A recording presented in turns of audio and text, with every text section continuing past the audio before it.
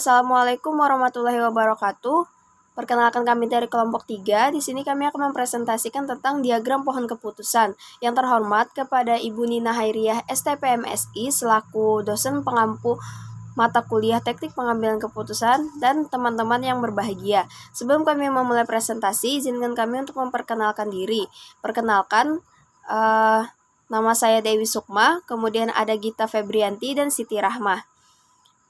Penjelasan yang pertama akan dijelaskan oleh Gita Febrianti. Assalamualaikum warahmatullahi wabarakatuh. Di sini saya Gita Febrianti. Di sini saya akan menjelaskan slide 2 sampai dengan 6. Yang pertama itu pengertian pohon keputusan.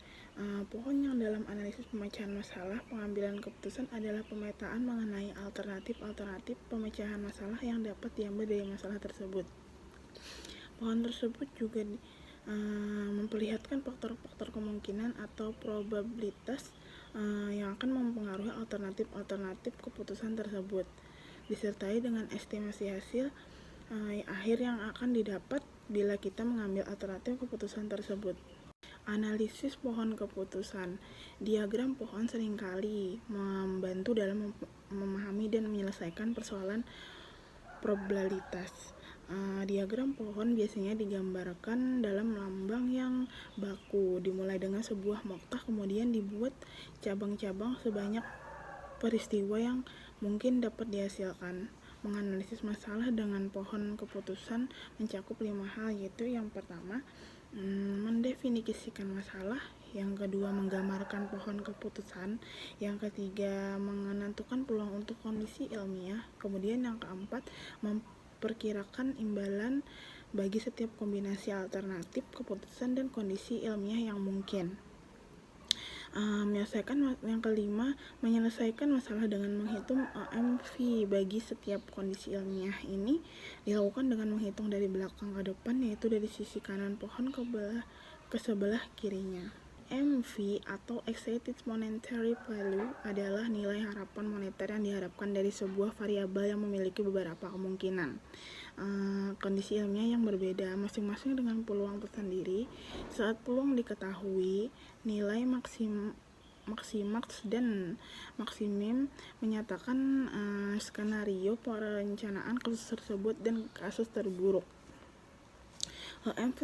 OMV sebuah alternatif merupakan jumlah semua keuntungan alternatif yang masing-masing memberikan bobot kemungkinan terjadinya OMV atau alternatif sama dengan hasil kondisi alamiah 1 dikali kemungkinan terjadi kondisi alamiah 1 ditambah hasil kondisi alamiah 2 dikali kemungkinan terjadi kondisi alamiah 2.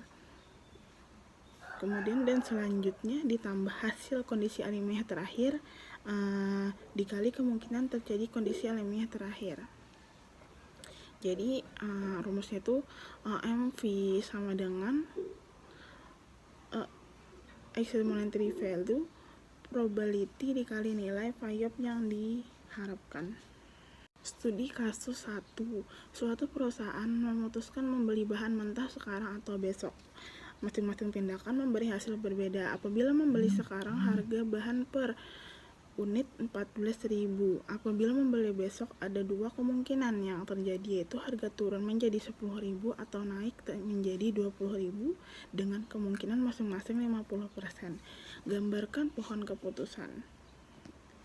Jadi di sini ada diagram pohon keputusan, yaitu dengan dua kemungkinan, beli sekarang atau beli besok. Dibeli sekarang ada kemungkinan harga itu cuman 14.000. Kemudian kalau beli besok ada dua kemungkinan, ada harga turun 50% yaitu menjadi 10.000.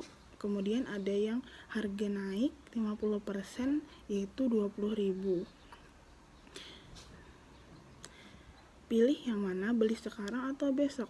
Menghitung OMV4 atau beli sekarang sama dengan 14.000.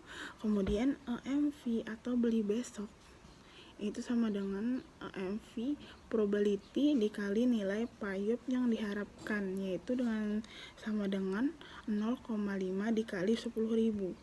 Kemudian ditambah 0,5 atau 50% dikali 20.000, yaitu sama dengan 15.000. Kemudian jadi perusahaan akan memutuskan untuk membeli bahan mentah sekarang dengan biaya 14.000. Studi kasus 2. Asumsikan Anda mempunyai sejumlah dana untuk diinvestasikan pada dua alternatif proyek, yaitu A dan B. Peluang proyek A akan memberikan keuntungan adalah 20%, diketahui 20%, dengan nilai keuntungan 50 juta. Peluang proyek B akan memberikan keuntungan 45% dengan keuntungan 10 juta. Buatlah pohon keputusannya. Kita masuk ke diagram keputusannya. Di situ ada proyek A dan proyek B. Di proyek A, kita akan suksesnya 20% dan gagalnya 80%, yaitu dengan harga 50 juta. Kemudian di proyek B, suksesnya 45 dan gagalnya 55%. Keuntungan yang didapatkan adalah 10 juta. Kita masuk ke penyelesaiannya. Pengambilan keputusan didasarkan pada nilai ekonomi yang diharapkan. Itu tertinggi. Kita masuk ke perhitungannya. Yang A dulu, EMVA sama dengan 0,20 dikali 50 juta. Ditambah kegagalannya itu 0,80 dikali 0 sama dengan 10 juta. Kemudian yang B, EMVA 0,45 dikali 10 juta ditambah 0,55 dikali 0 sama dengan 45 juta. Kesimpulannya, proyek yang dipilih yaitu proyek A. Pada kasus 3, salah satu perusahaan yang bergerak di bidang lembaga pendidikan akan mengadakan suatu acara yang biasanya diselenggarakan setiap tahun. Namun dihadapkan pada dua pilihan, yaitu yang pertama akan diadakan di tempat A, memiliki peluang keuntungan 20% dengan nilai keuntungan 48 juta. Sedangkan yang kedua akan diadakan di tempat B, memiliki peluang keuntungan sebesar 30% dengan nilai keuntungan dengan 25 juta. Maka pohon keputusannya adalah di sini dapat dilihat itu tempat A yang berhasilnya sekitar 0,20 atau 20% dengan Rp 48 juta. Dan yang tidak berhasilnya di sini 0,80 atau sekitar 80%. Berapa rupiahnya di sini tidak diketahui. Maka kita akan mengetahui berapa yang di tempat A tidak berhasilnya. Sedangkan untuk di tempat B yang berhasilnya sekitar 30% atau 0,30 dengan 25 juta rupiah. Sedangkan untuk yang di tempat B ini tidak diketahui yang tidak berhasilnya itu kan sekitar 70% atau 0,70. Di sini tidak diketahui tidak berhasilnya berapa rupiah. Jadi di sini kita mencari berapa rupiah tidak berhasilnya dari tempat A dan tempat B. Jadi untuk penyelesaiannya, pengambilan keputusan didasarkan pada nilai ekonomi yang diharapkan atau expected monetary value EMV tertinggi. Formulanya yaitu EMV sama dengan probability X nilai payop yang diharapkan. EMV tempat A sama dengan tanda tanya kan. Nah, jadi probability X nilai payop yang diharapkan. Jadi sama dengan 0,20 dikali 48 juta. Lalu ditambahkan 0,80 dikali 0. Jadi sama dengan untuk tempat A yang tidak berhasil itu sekitar 9.600.000 rupiah. Sedangkan di tempat B